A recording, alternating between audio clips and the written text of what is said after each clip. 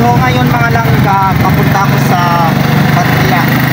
Magpapag-haircut ako. Ito ang manggugupit na hindi marunong magupit sa kanyang sarili ha.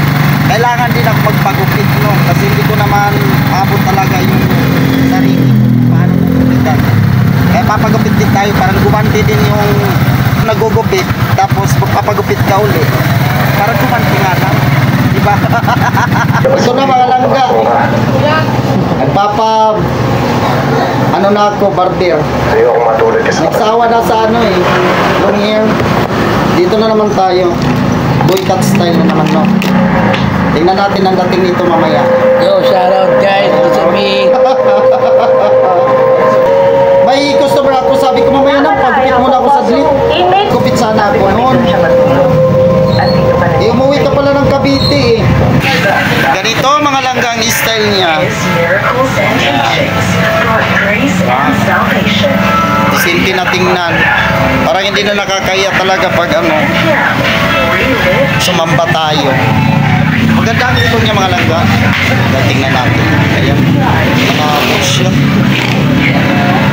Yan ang likod ng mga langga. Try natin. Yan mga langga oh.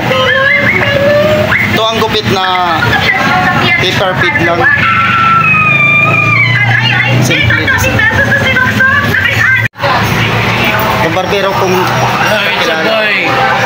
Must be, follow me. nagugupit yan, ayan o. Dito kasi ako nagpagupit.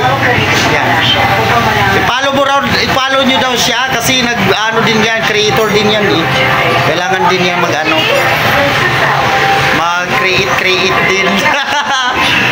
Magpa-vlogger style ba? Walang magawa sa buhay. Sa ano to na barbershop, ayan o.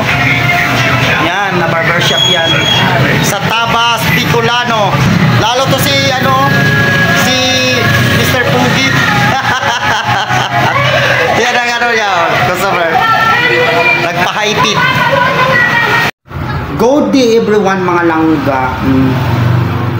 Kung sino yung gusto magpagupit talaga, hindi na ako nagpe-presyo kasi na gagayahin ka rin. Mas mura lang ang sa akin dito, hindi naman ako nagtaas.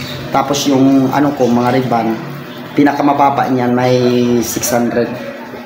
Tapos kasama na yan Brazilian na may kasama pa yung kulay na may libreng gupit na yan. Tapos ang ko dito mga lalaki, ganun pa rin ang presyo ko, hindi nagbabago.